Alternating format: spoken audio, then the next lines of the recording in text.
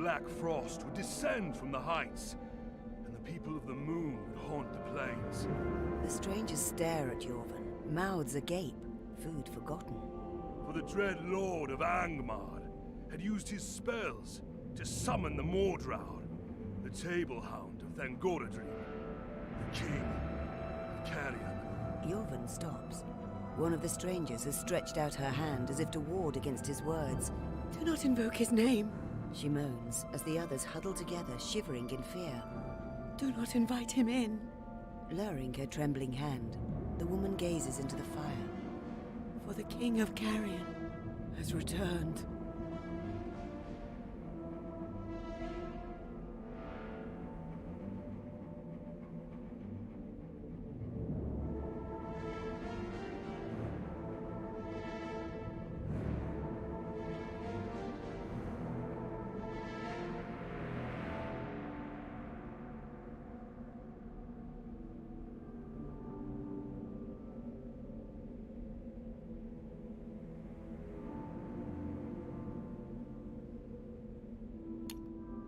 It is the dead of winter, and evil is afoot.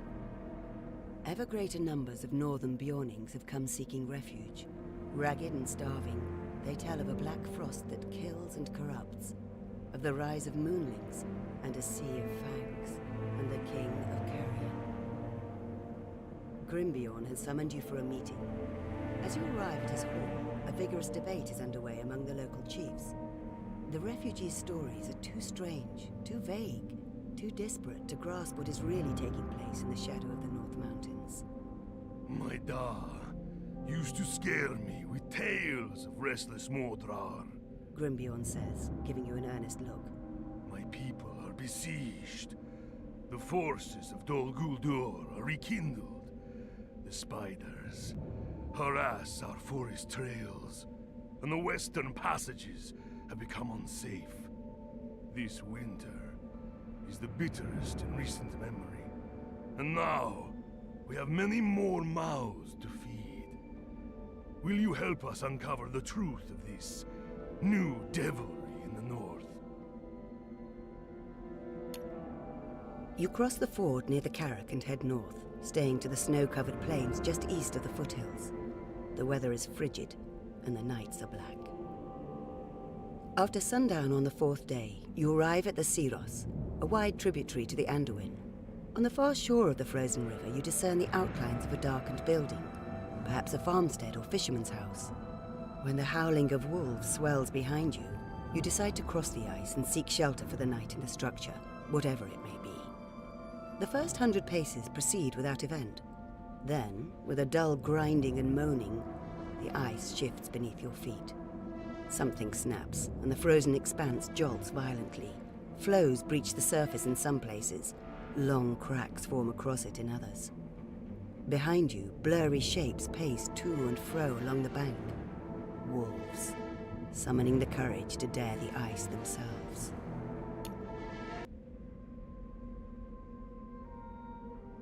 I shall claim full amends for every fall and stubbed toe. Mine is the choice of Luthien. Elendil.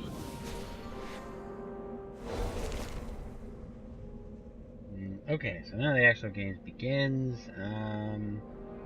This is actually not a bad starting hand. I'll keep it.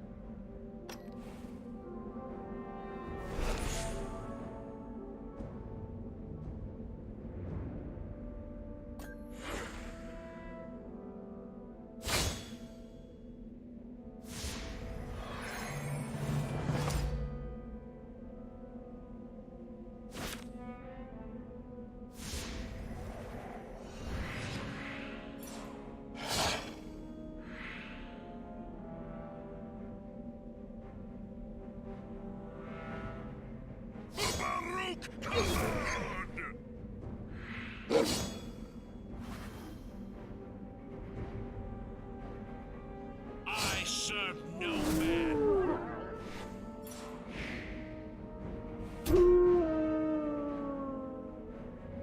Oof, right off the bat. Okay. Let's do that.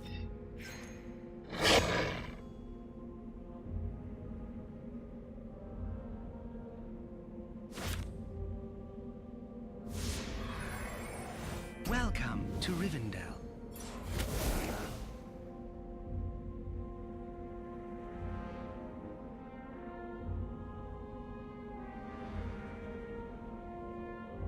For Rivendell!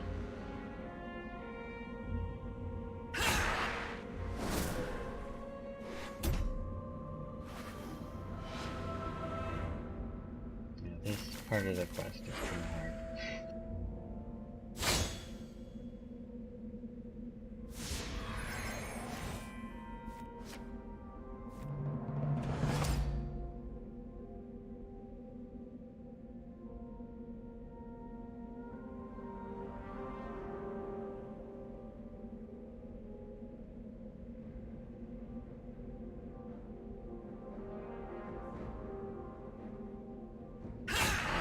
I know he's gonna go for that one, no matter what I do. Yep.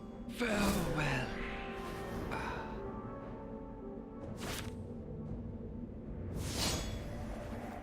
I offer my spear.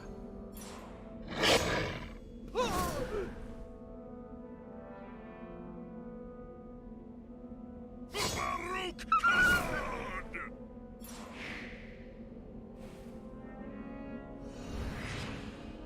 Ouch.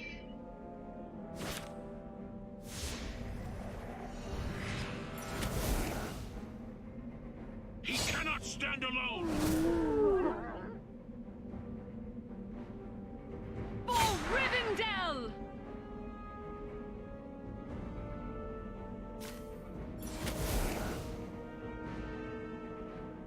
I serve no man.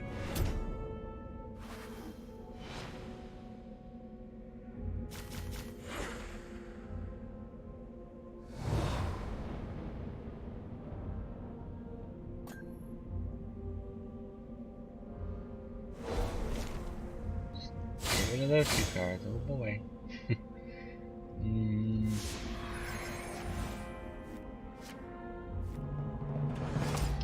Not a bad draw. This kind of helps. My Lord Denethor.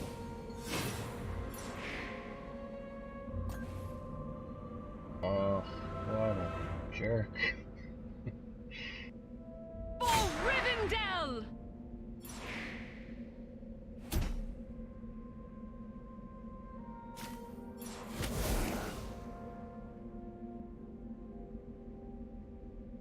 I serve no man.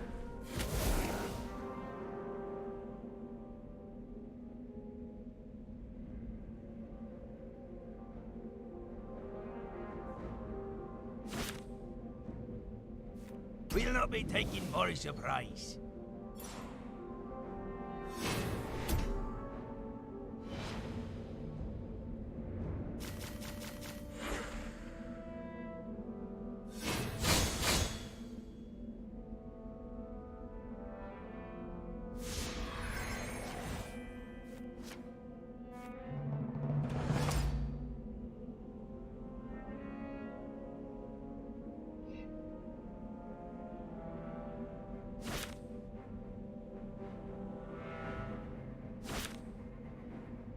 My axe swings too.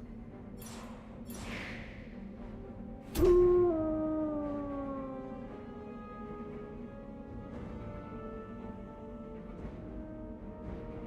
Rivendell!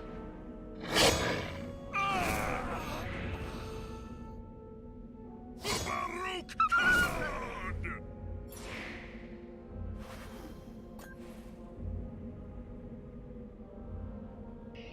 Oh man, he keeps doing some really annoying cards.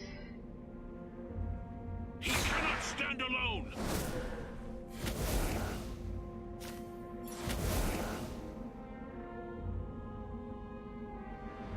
I serve no man.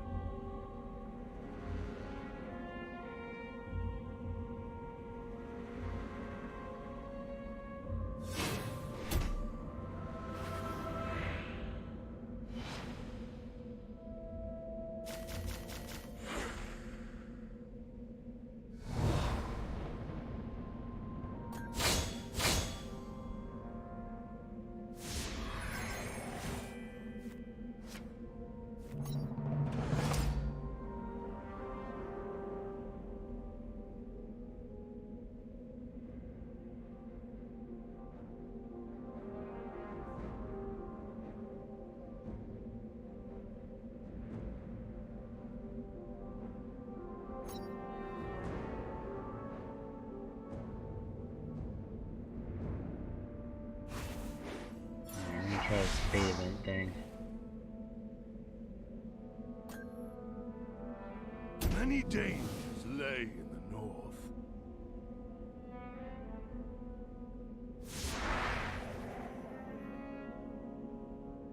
Okay, I think. Yeah, could probably do it this round. That would be perfect. For Rivendell!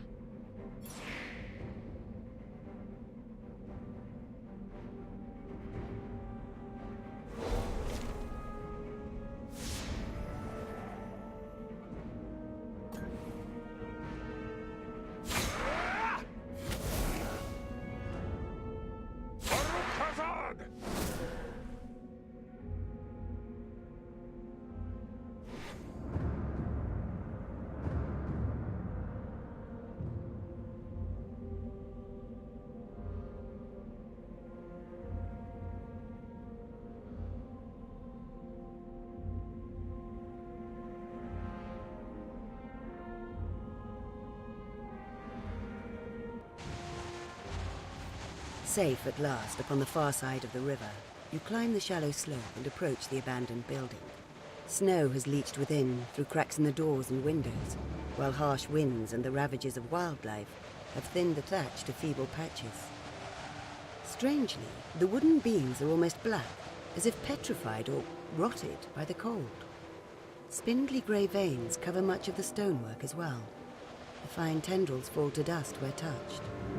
Then you hear discordant scraping from the well nearby. You approach, weapons drawn. A shaft of moonlight reveals a terrible sight below. A young woman, clothing shredded, scrabbles at the sides of the well. You move to lower the bucket rope, but a companion grabs hold of your wrist. You take a closer look at the woman and notice her black fingers, black eyes, black lips shriveled into a cruel rictus. The rope slides from your hands. You're looking at a thing out of legend and nightmare. A child of the Black Frost. A moonling. Though shaken by the sight of the thing in the well, you continue your journey north. From what the refugees said, the source of evil radiated from somewhere in the Bjordfields, an outlier range of the Misty Mountains.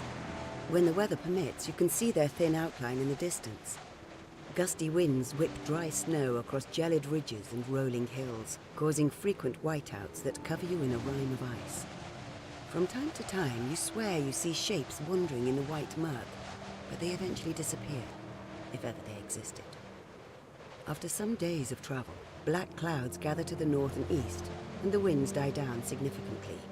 You're not fooled by the relative calm, however. You move to prepare shelter. Something tells you that a great storm is coming. Not long after, it does, and shapes move within it.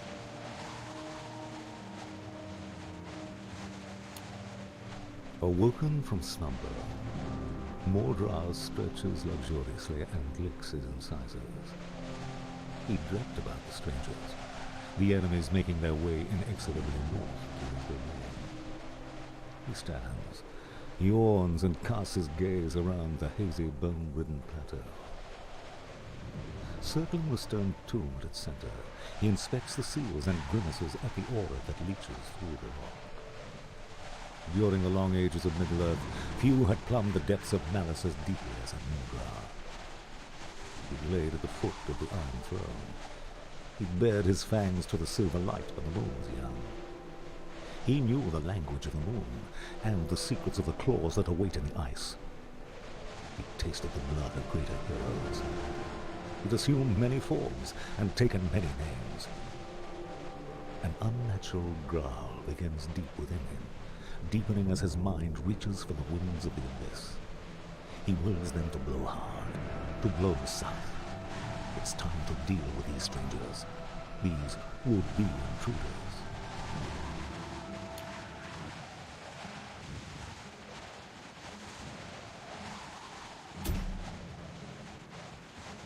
And part 2 begins.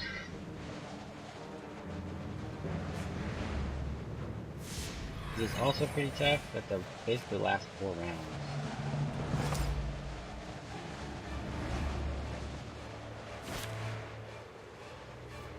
king under the mountain. Well, I do have a pretty good amount of starting people, so it could be a little better than normal. I serve no man.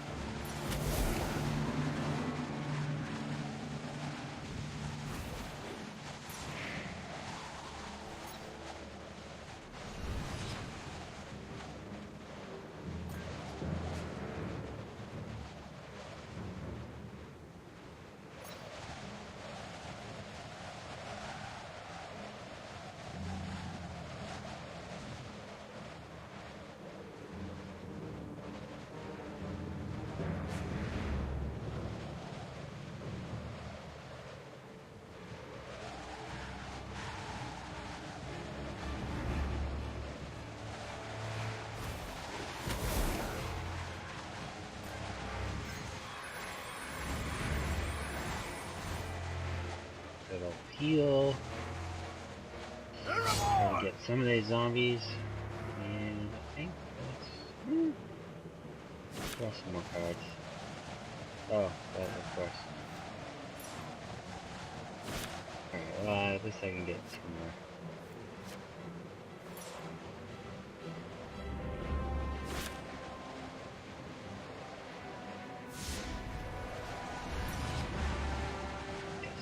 Useful. And maybe the shield can go.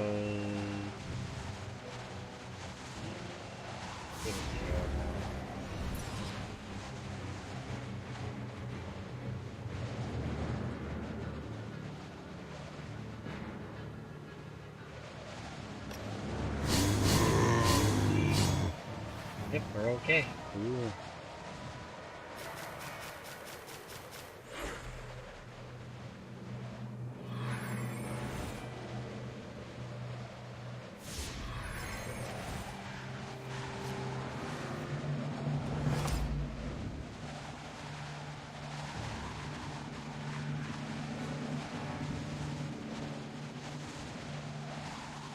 He cannot stand alone.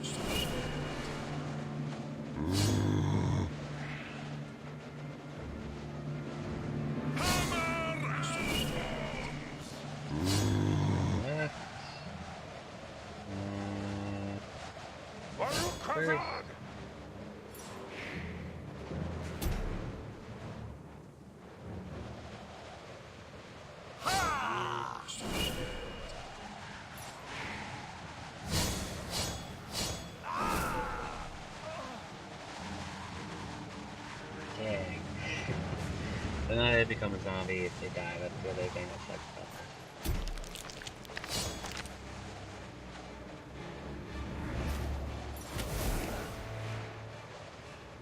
He cannot stand alone.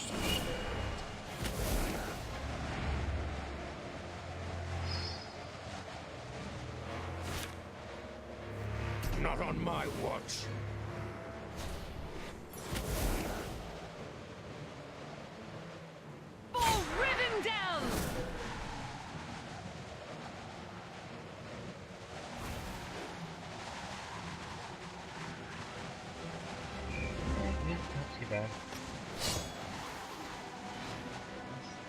there's no zombies. That's always nice.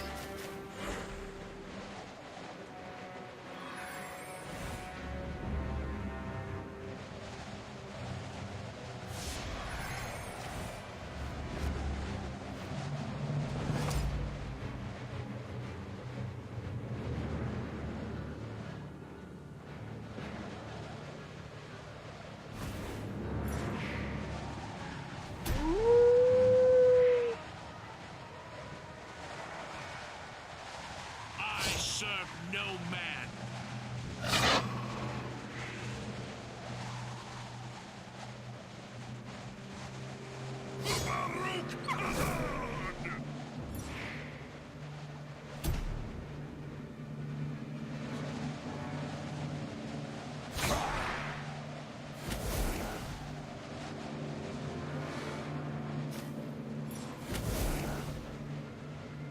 He cannot stand alone.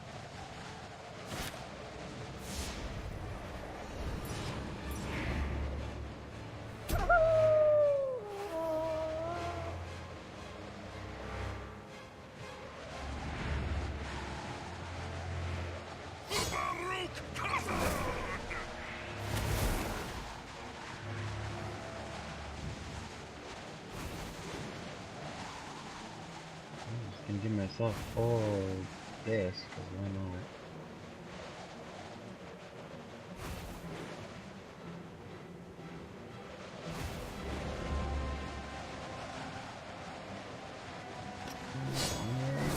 We're done.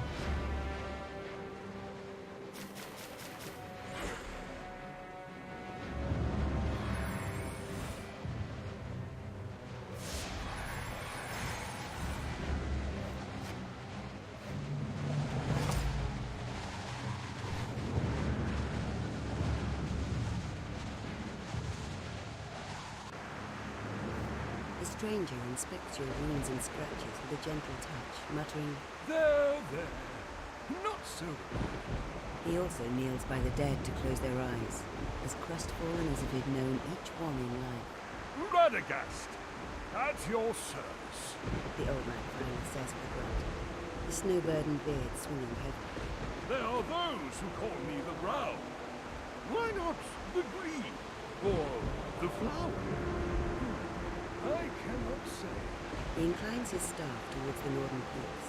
It seems we've come to share an important task, my friends. To again put to rest one who should not be.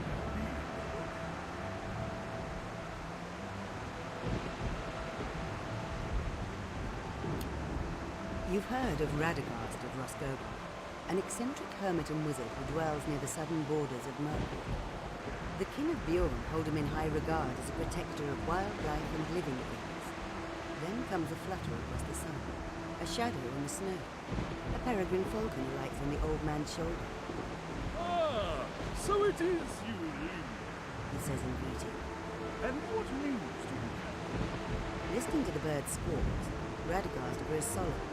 He nods sadly after a moment, feeds Limber a morsel, then sends the falcon back to the skies with a gentle nudge. I am called away with haste, I'm afraid. He apologizes, humble, as if breaking a pact with you. Too many rotten limbs in the true gate. Fumbling under his cloak, he produces a small whistle crafted of acorns connected in clever fashion. This will aid you. But beware, do not blow this light. And be polite. Then Radagast trudges away southward through the deep snow, the little falcon circling above him.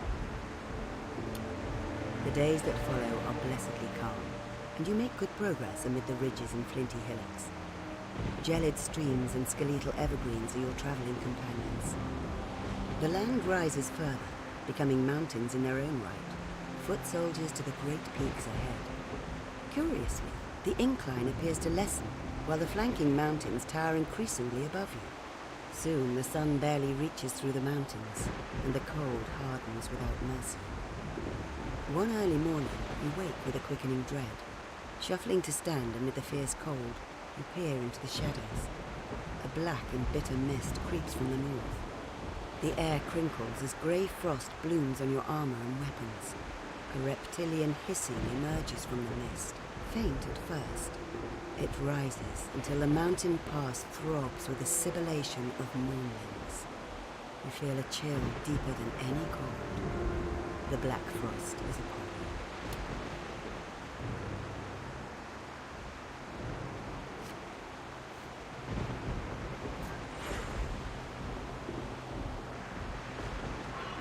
Another one of those fun ones. So there's this, and then there's one more. And just so everybody knows, I was listening to the narration back there, and it feels like the sound effects are like slightly louder than the narration. I'll fix that at some point. Not today, but I'll figure it out. So anyways, let's see what can we do here.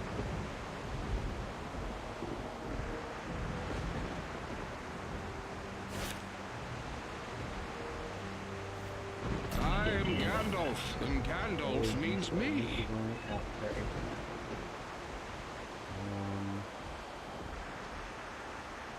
This is a threat because I don't like this.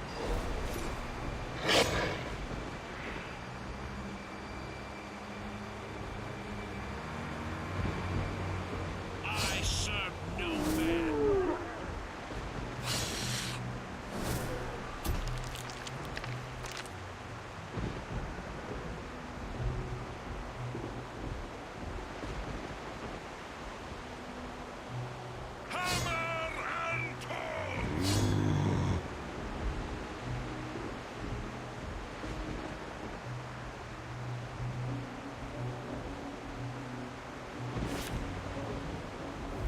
None shall enter.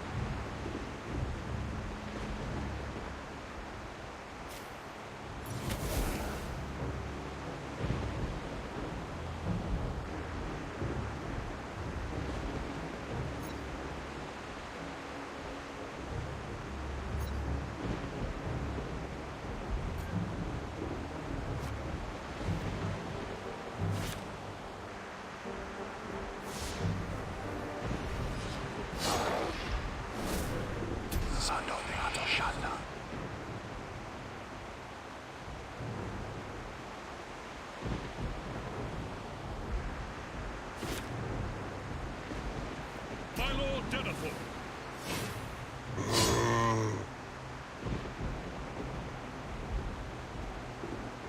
I serve no man.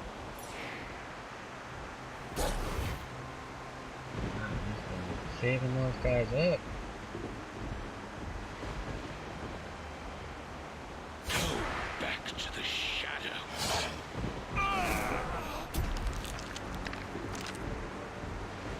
For Rivendell!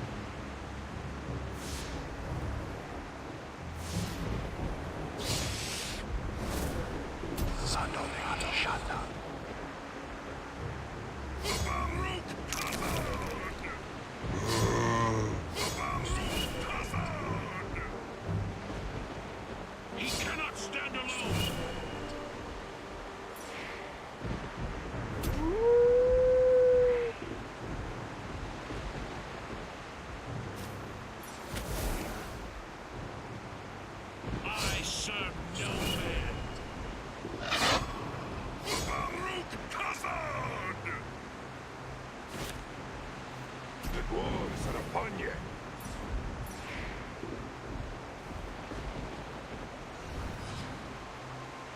Baruch Kazan!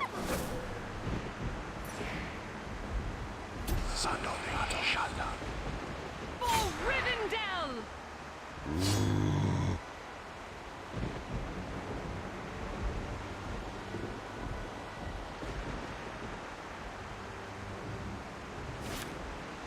That. I think. Yeah. Just gonna.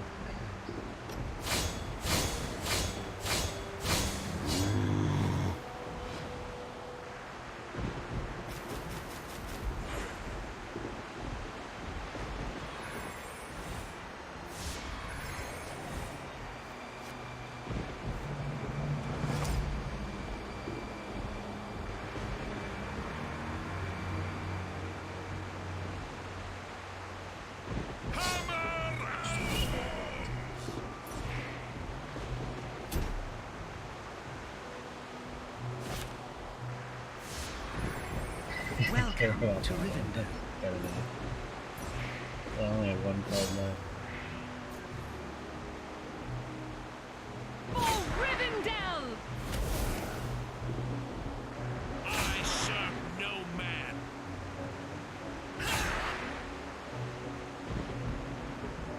Baruch Kazan!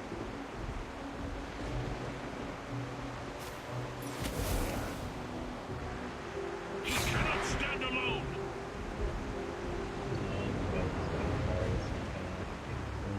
So, yep, yeah, I'll just take the damage for this one.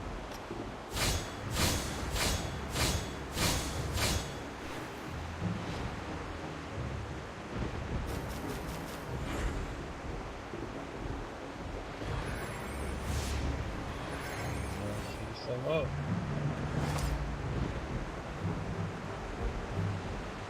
For Rivendell!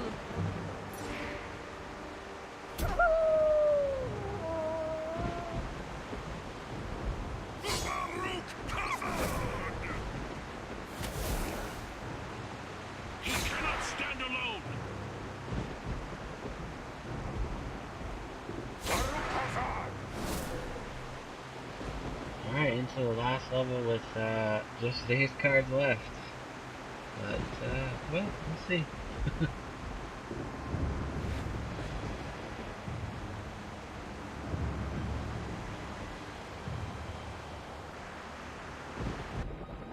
Silence falls upon the mountain pass. Although your breath still leaves trails in the wintry air, the killing cold has retreated. A glimmer of sunshine touches the upper sides of the western wall. Looking ahead, you see that the canyon narrows. Hints of mist curl in the distance. Gathering your things, you begin the last stage of your journey. The Bjord fields tower above you, sunlight kissing their upper slopes. The mountain's looming presence seems to ask, "Are you sure? Haven't you done enough?" You forge on, ignoring them. Thin ribbons of water, the errant plumage of hot springs, trickle from invisible openings. The temperature rises, forming a thick fog. It covers only your feet at first, but grows with each step, eddying and twirling as you move. Soon it closes off the sky. You find yourself walking in a witch's brew. You sense the canyon walls falling away on either side. Sounds flatten, and the light brightens to a brown-grey murk. You pass sulphurous pools. The rocks become slimy and take on multicolored hues, scintillating yet sickly. Bones appear, first a handful, then plentiful. Some are from animals, but most are of two-legged creatures, humans, elves, orcs, and others. The skeletal fragments sprout from the murk like morbid vegetation. Hollow eye sockets seem to watch, to judge the new arrivals.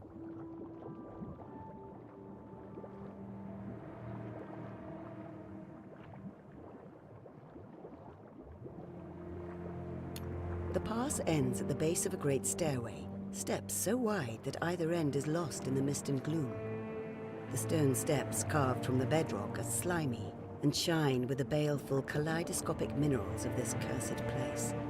Trickles of foul-smelling water dribble down the steps from geysers above. Drawing your weapons, you ascend the dread stairway. Somewhere above, the King of Carrion awaits. The shadow that was Wolf growls, pacing the stony plateau. His anger enervates his minions. They lower their heads to avoid his baleful glare. Only the mindless seem unaffected by Mordra's anger. They gaze dumbly into the haze, listening only for the voice of the moon. Mordra barks a command to his feral minions. They slink over to stand near him before the old tomb. They wait for the footsteps to approach up the stairs and arrive at the landing ahead. They wait for the enemy to emerge from the sulphurous haze. They wait for the battle to begin. And the greatest of them all, the King of Carrion, the Hound of Morgoth, waits to taste the blood of heroes once more.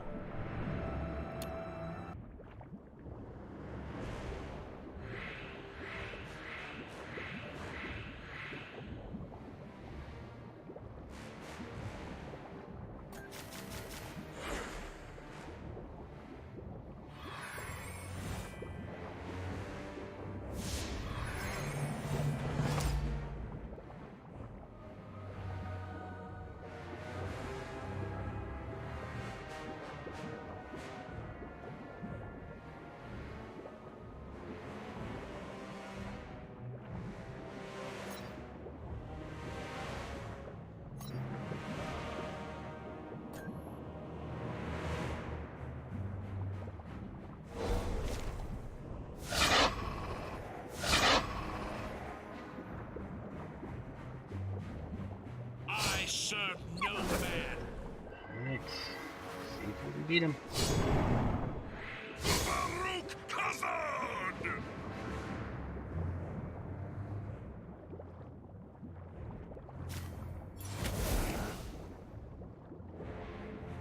Oh, that's actually really doable. That was really dumb of him to do that.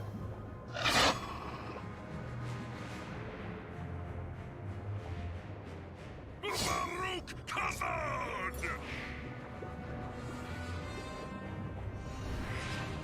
Okay, he gave it to the good one. Nice. There's the wolf, so I'm not worried about it. Oh, that is like glorious for me. Alright. Let's do Gandalf. I am a servant of the secret fire.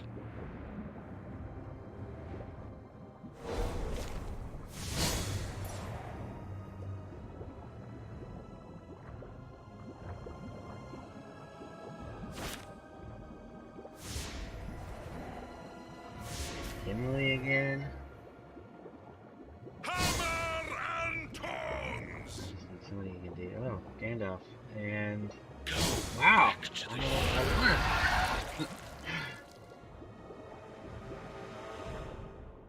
Alright, so this says the beast just comes with a rattle, its body dissolving into dust. Shadows stretch across the plateau as the stiffness falls. Then the shadows bend, angling towards the tomb. They undulate as if living things. A tinny noise winds from the tomb, and cold light swirl on the harsh runes that cover its sides. The geysers suddenly erupt as one. With a clap of thunder, the shadows snap from the anchors to coagulate above the tomb and reshape the demon from their black clay. The red eyes of Mordor open in his reformed shape. Oh, there's a whole another form. Whoa! Wow, that was a little unexpected. I thought I'd won. They tricked me. Cool. Oh, he summons two at the end of the day? Oh, man. Ugh. Ugh. Don't like this. Don't like this one bit. I'm gonna hope for the best here. I'm hoping he goes for this one, kills it. Oh, but he passed, so he doesn't actually have any go right now. Oh, nice.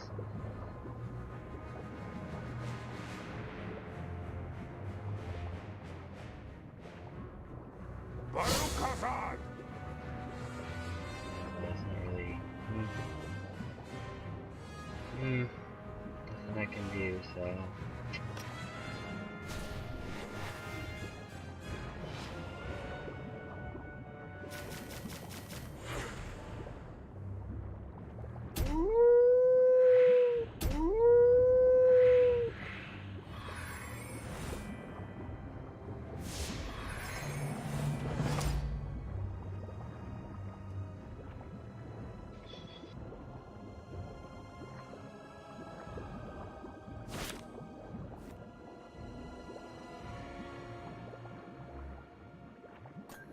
And we get Eagle, yay!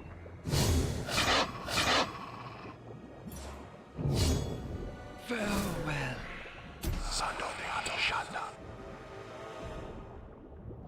Baruch Kazan!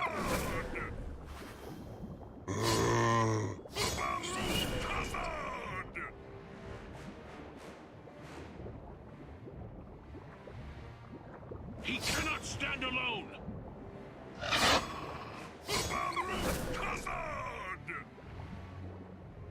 Just love that they keep attacking him because he attacks right back because of the cool shield thing he's got. He cannot stand alone!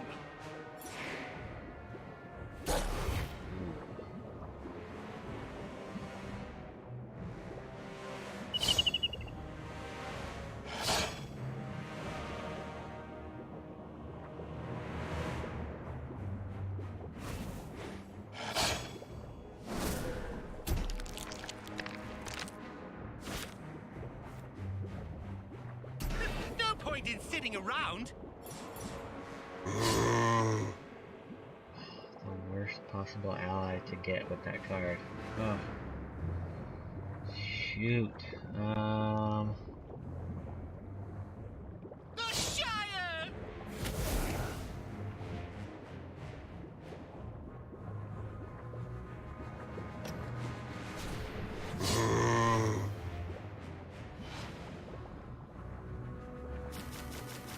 Okay, I might become screwed here. Three of them. Oh boy.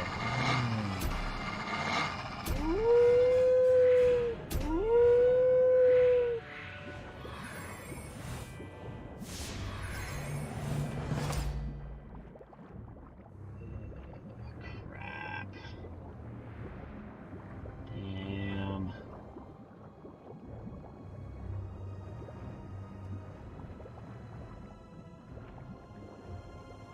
I serve no man!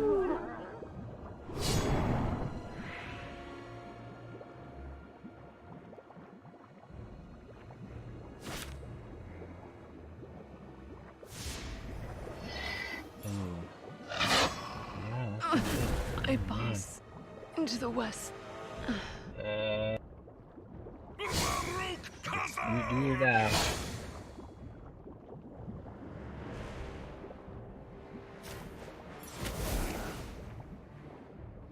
I serve no man!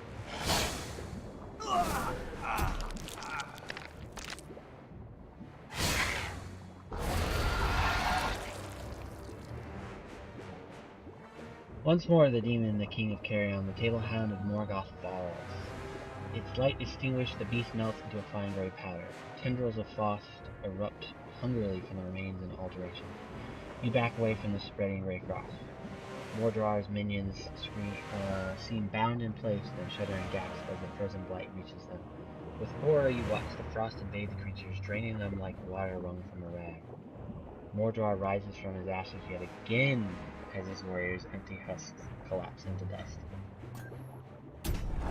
Oh, this is... Yikes. Yikes. Another one. Jeez. I mean, he does have less health.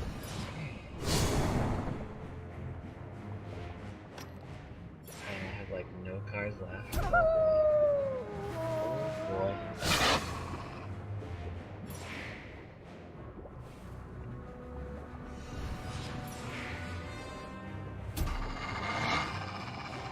Okay, 2 cars left. This is...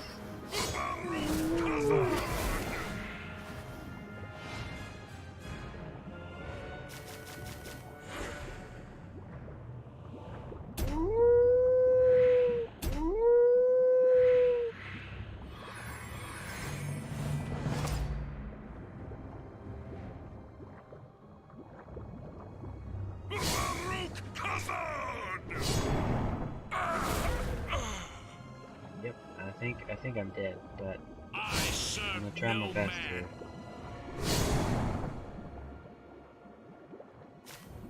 I might be able to.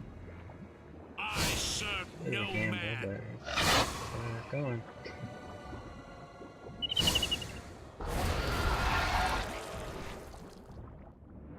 Oh my goodness! Wow. Mordrau burns once more. Every particle of his being flares, then dies away like a wind-fed ember. It takes you several moments to trust that the demon is finally and utterly gone. Calm falls on the plateau. A sense of peace, even of simple joy, though tinged by sadness. On the tomb, inscriptions that once looked wicked now possess an ancient beauty. You push aside the lid, expecting to find remains of a cruel warrior or evil warlock. Instead, you see the body of a large hound or great wolf. There is no sense of evil. Instead, it seems restful, wholesome.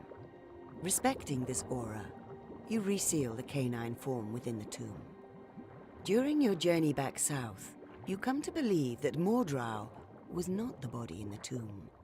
Instead, the demon must have been sent to corrupt whatever wholesome energy lay within. In time, the Bjorning refugees return home. Thanks to your aid, they should prove great allies in future struggles.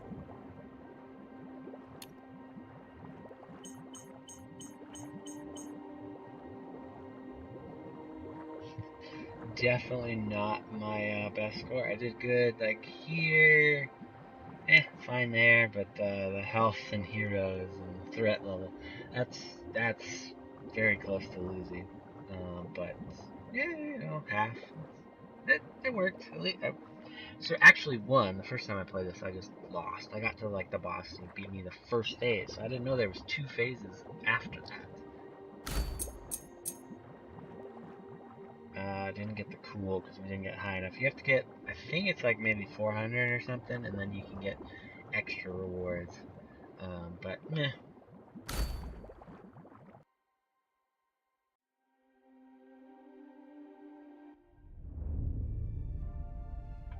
Oh, cool. You get bonus cards. Didn't know that was going to happen. Alright, well, I think I'm going to end this here. I got a chance to kind of try it out. Just see how streaming would go. I'll probably get a webcam and some other things at some point. Make this a little bit better even for myself. I may even have to do like a dual monitor thing because I realize it's difficult to have this game up and also look at comments and anything. I don't think there was any today just because I kind of did this spur of the moment rather than planned or anything. So anybody who's watching, you know, just kind of spur of the moment themselves. And otherwise, I don't know if I'm going to do just Lord of the Rings here, but it's kind of fun and I like it, so I'll probably do it a couple times.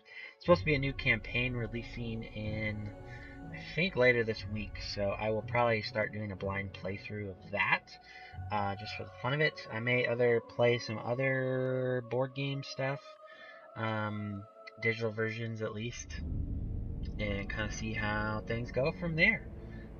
So good night all, or good evening, whatever time it is for you guys, and see you next stream perhaps.